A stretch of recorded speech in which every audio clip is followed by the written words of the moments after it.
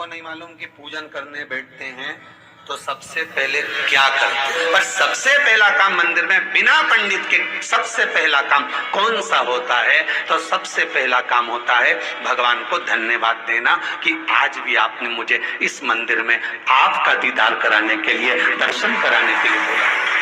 अगर पंडित साथ में होगा तो पहले वो मंत्र बोलेगा, स्वस्ति वाचन करेगा।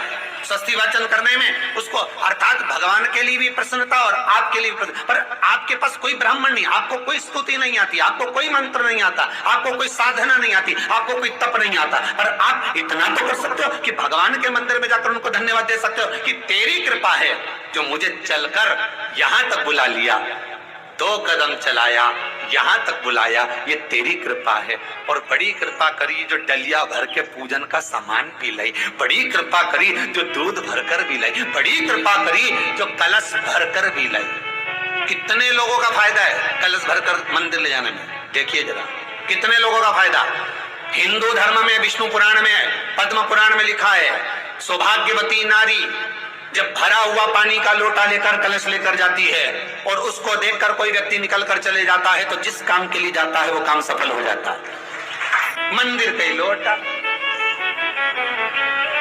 मंदिर का ही पानी, सिर पे पल्लू लेके हर हर महादेव, बस शिव जी के चढ़ा रही और इतने प्रेम से रिझा रही। अब फ्री का पानी था तो एक लोटे में मन भी नहीं माने। अरे करा तो भगवान के सम्मुख में पहुंचकर अगर आप जल का पात्र भी लेकर जा रहे हो, भरा हुआ लेकर जा रहे हो, तो कितनी प्रसन्नता की बात है। हिंदू धर्म की रीति है, जिस पात्र को हम जल चढ़ाने लेकर जाते हैं उस पात्र में भगवान के चरणों का जल लाते हैं, खाली पात्र नहीं लाते। क्या लाते हैं? भगवान के चरणों का जल। उस चरणों तक को लेकर आए, घर में रखा, सबने अपने नैनों में लगाया, हृदय में लगाया, चित्तवृत्ति में लगाया। खाली पात्र हम लेकर वापस नहीं आ रहे हैं। शिव मंदिर में जब जब जाओ, जल चढ़ाने के लिए जाओ, पात्र तुमने शंकर जी को पूरा पानी चढ़ा भी दिया तो शंकर के चरणारविंद का थोड़ा सा जल पात्र में डाल के भले 2 बूंद लाओ, 4 बूंद लाओ, इतना सा लाओ, पर लाओ और उसको पूरे परिवार के नेत्रों में जब लेकर आए हो चरणों तक तो लगाओ, पर खाली पात्र नहीं लेकर। खाली पात्र लाने में ध्यान दीजिए, जब आप पूरा जल समर्पित कर देते हैं, जल समर्पित भी पूरा करना है, भगवान को चढ़ा रहे हो तो पूरा समर्पण होना चाहिए, पूर्ण समर्पण। इसलिए शंकर भगवान को अधूरा समर्पण नहीं, इसलिए श्रीफल भी पूर्ण चढ़ता है। शंकर जी के मंदिर में श्रीफल नहीं फूटता, पूर्ण श्रीफल। बेलपत्री भी पूरी, चावल का दाना भी चढ़ेगा तो आखा, फल भी चढ़ेगा तो आखा, फूल भी चढ़ेगा तो आखा। भगवान को कोई चीज खंडित नहीं चढ़ती, शिव जी को जल भी चढ़ेगा तो पूर्ण। जिस जल को चढ़ाने के लिए लेकर गए उसको बचाकर नहीं लाना है शिव मंदिर में से, संपूर्ण भाग, क्योंकि भगवान के चरण की रज जब हमारे घर में प्रवेश करेगी तो हमारा आत्म कल्याण तो स्वतः ही हो जाएगा। शिव करुणा करेगी नहीं। पर कई लोगों की आदत रहती है, और आपने भी गलती करी होगी, गए होगे, चढ़ाकर भी आए होगे, पूरा पानी भी उंडेल कर आए होगे, चढ़ा भी दिया, छोड़ भी आए, पर लेकर नहीं आए होगे। कई लोग गलती कर जाते हैं और फिर बाद में कहते हैं हम तो इतने साल से पूजन कर रहे हैं, भगवान हमारी सुन ही नहीं दिया। तो भगवान के मैं तो तैयार बैठा, पर तू नवा के चली जाए, लेके तो कहीं जाए। तो भगवान थोड़ी ना कहेगा कि तू मेरे पास में आए तो मेरे चरण की रज लेकर जा। भगवान थोड़ी ना कहेगा कि मेरे पास में आकर तू ये लेकर जा। भगवान तो कहेगा मेरे पास में आया है, मांगना कुछ मत, बस मुझे जो स्नान कराया है मेरा चरणों तक लेकर जा, छीट दे पूरे घर में, संपदा भरना मेरा काम है। जहां मेरी चरण की रज पहुंच गई वहां संपदा स्वतः पहुंच, मैं वहां पहुंच जाता हूं, तो चरणों तक ले जा। पर लोग ले जाते हैं, पूजन करते, कलश भी उड़ेलते, जल भी चढ़ाते, पर आते समय खाली लेकर आ जाते। भगवान को इतना बुरा लगता, मेरे दरवाजे से खाली जाए, मुझे कितना बुरा लगेगा। जो आए वो भर कर जाए, भले 2 बूंद लेकर आओ, पर उसमें चरणों तक थोड़ा सा लेकर अवश्य आए।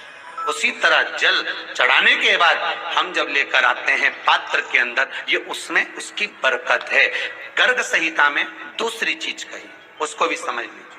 गर्ग संहिता में कहा गया, जब आप घर से जल लेकर जाते हो भरकर, तो ये सृष्टि की जितनी नदियां हैं, पृथ्वी पर जितनी नदियां विद्यमान हैं, जितने तालाब, जितने सरोवर, जितने कुंड, जितने विराजमान हैं, उन सारे तीर्थों का जल जब आप घर से लेकर निकलते हो तो वो तीर्थ का संपूर्ण जल आपके कलश में आ जाता है। और जब आप उस जल को शिव पर समर्पित कर देती हो और 2 बूंद चरणादक लेकर जब जाती हो तो शिव महापुराण, गर्ग संहिता, पद्म पुराण कहती है वो जल साधारण नहीं रहता, वो गंगा जल बनकर तुम्हारे घर को पवित्र करने के लिए पहुंच जाता है। वो पवित्र गंगा जल बन जाता, उसको लेकर प्रवेश कर जाता। हम बार बार कहेंगे भगवान के मंदिर जब भी जाओ ना, चेहरे पर प्रसन्नता होना चाहिए। किसी से मिलने जाओ ना, चेहरे पर अगर प्रसन्नता नहीं और ऐसे ही पहुंच गए ना तो वो श्रेष्ठता नहीं मानी गई। तुम तुम्हारी बहन के घर जाओ, सती मैया जलकर भस्म क्यों हुई? माता सती के भस्म होने का कारण क्या था? सती को पिता पर जितना क्रोध आया उससे ज्यादा क्रोध सती माता को अपनी बहनों पर आया कि मेरी इतनी बहन, ये 60 की 60 बहन मेरे सामने खड़ी रही और मैं आई तो प्रेम से मुस्कुराई तक नहीं। आप किसी के यहाँ जाओ और कोई के यहाँ पहुंचे और जाते से आप उस पहुंचे और कहा जी जी राधे राधे, जय श्री कृष्णा, हर हर महादेव, श्री शिवाय नमस्तुभ्यम, ओम नमः शिवाय, आपने बोला और उसके चेहरे पर प्रसन्नता नहीं आया तो ऐसे घर में जाने से कोई फायदा है क्या? और आप किसी के यहाँ जा रहे हो तो आपके चेहरे पर भी प्रसन्नता होना चाहिए, सामने वाले को तो हो, आपके भी चेहरे पर भी। मंदिर में जब जब जाएं, गुरु के दरवाजे पर जब जब जाएं, परमात्मा के चरणार विंद में जब जब जाएं, माता पिता के चरणों में जब जाएं, घर के बुजुर्गों के पास जब जाएं, तो तुम्हारे चेहरे पर प्रसन्नता होना चाहिए। भगवान को भी लगे दुख भले है इसको पर चेहरे पर प्रसन्नता है, इसको अब दुख नहीं देना, क्योंकि इतना मुस्कुराकर ये मेरे मन